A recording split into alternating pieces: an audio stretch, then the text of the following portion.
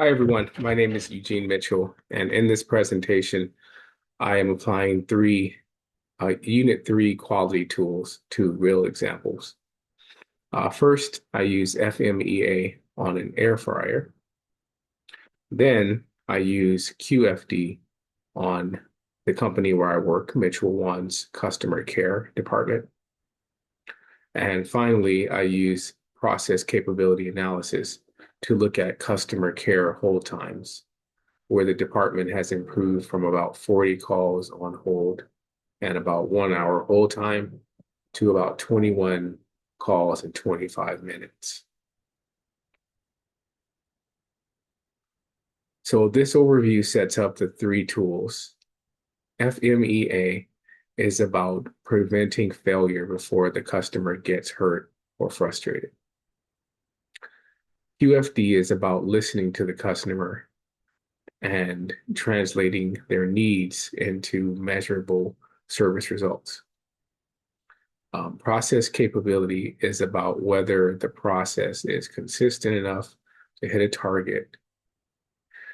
This is where quality starts to become data-driven instead of just guesswork.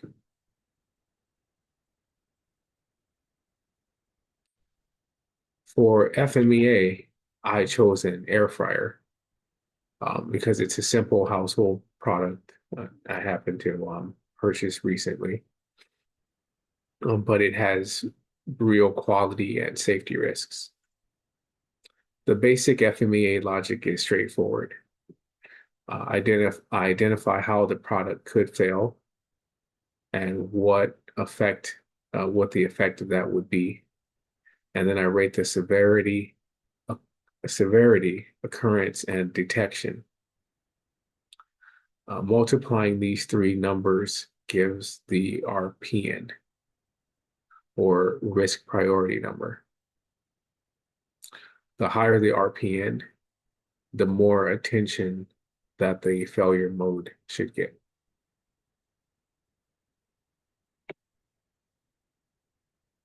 The highest risk priority number is undercooked food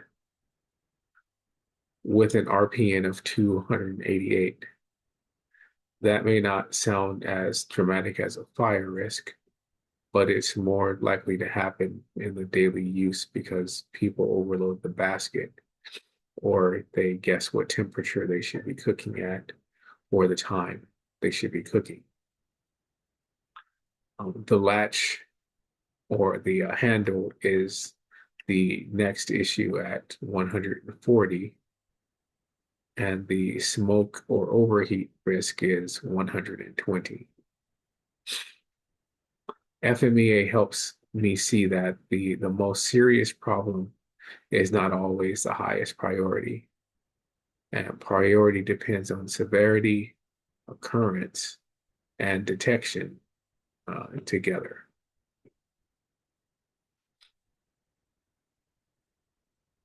This slide moves from scoring to action. The biggest value of FMEA is prevention. For the undercooked food risk, a manufacturer could add, better cooking charts, batch size marks, reminders, and a food temperature guidance chart. For latch issues, a stronger interlock and clearer audible click would help. For smoke or overheating, better cleaning reminders, clearance warnings, and a automatic shutoff reduces the risks. The main point is that prevention is better than warranty claims or customer injury. For QFD, I chose Mitchell One customer care where I work. I treated the customers as real service users who need help quickly and accurately. I grouped the voice of customer into practical themes. One customer needs faster access to a person. Another needs their issue fixed the first time. And another needs a knowledgeable rep. The common themes include clearer updates, callback options, and professional tone. QFD is useful because it translates these customer needs into operational specifications. This is the QFD matrix. I used relationship scores of 9, 3, and 1. The highest weighted technical priority is a QA score at 125. That means that if the whole time is important, the quality of the interaction matters most. Training, callback, or status messaging, and first call resolution also rank high. This actually matters because customer care can't only focus on answering quickly. A wrong answer is still poor quality as well.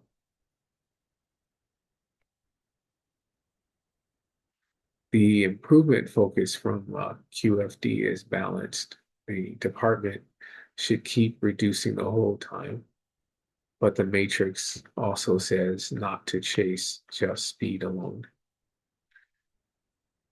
QA coaching, product training, call routing, and callback messaging may create a bigger overall customer improvement.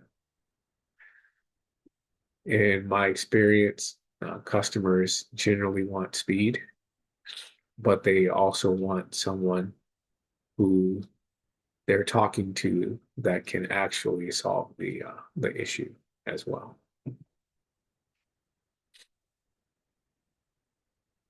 For process focused capability, I also use the Mitchell 1 customer care hold times. The department has been averaging about 40 calls on hold with around 1 hour hold time. And it's now down to 21 calls on hold and 25 minutes. That is a major improvement, but capability asks a more disciplined question. Not did we improve, but can we consistently meet that target?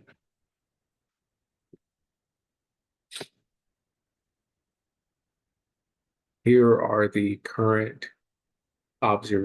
current observations used for the capability calculation. The average is 25 minutes and the sample standard deviation is about 1.15 minutes. I use a lower specification limit of 0 and an upper specification limit of 30 minutes. And that gives a CP of about 4.33 and a CPK of 1.44. The CP shows strong potential capability because the process variation is small. CPK is lower than CP because the average is closer to the upper limit than the lower limit.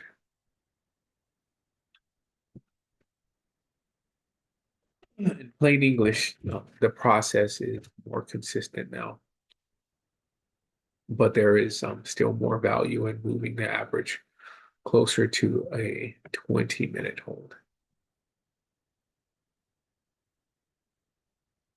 This slide here shows the SPC view. The 10 observations stay under 30-minute upper specification limit, and that's good. The line is also fairly tight, which means that the process is more predictable. But I would not necessarily stop there. If customer expectation is to reach someone quickly, The next target should be to move the average from 25 minutes towards 20 minutes or even lower. A control chart would help management see when hold time spikes because of a special shortage, like special circumstance, like a staffing shortage, or if we have a outage in one of our products, or if there's training, or also typically what happens is around the time they're being bill payments, we have higher call times as well as high call volumes during software updates. The capability numbers point to management actions. If hold times drift over 30 minutes, scheduling needs attention. If calls on hold rise above 25, the queue may need a callback or overflow routing.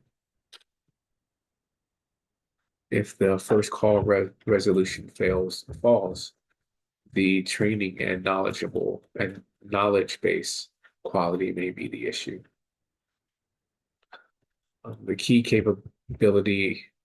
is that capability analysis should not just sit in a spreadsheet. It should it should guide practical operating decisions. To summarize, each tool gave a different kind of insight. The FMEA helped prioritize risk before failure reaches the customer.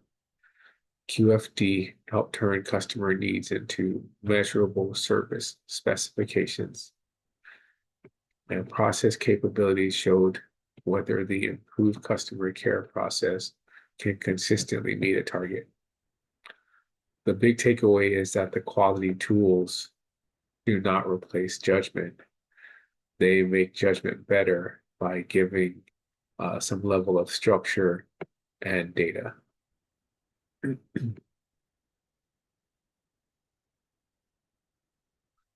These are the references used to support the definitions and calculations in this presentation.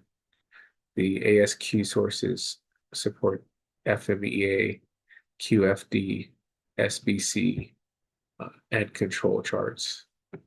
And Simply Learn supports the process capability definitions for CP and CPK. Thank you very much for watching the presentation and have a great day.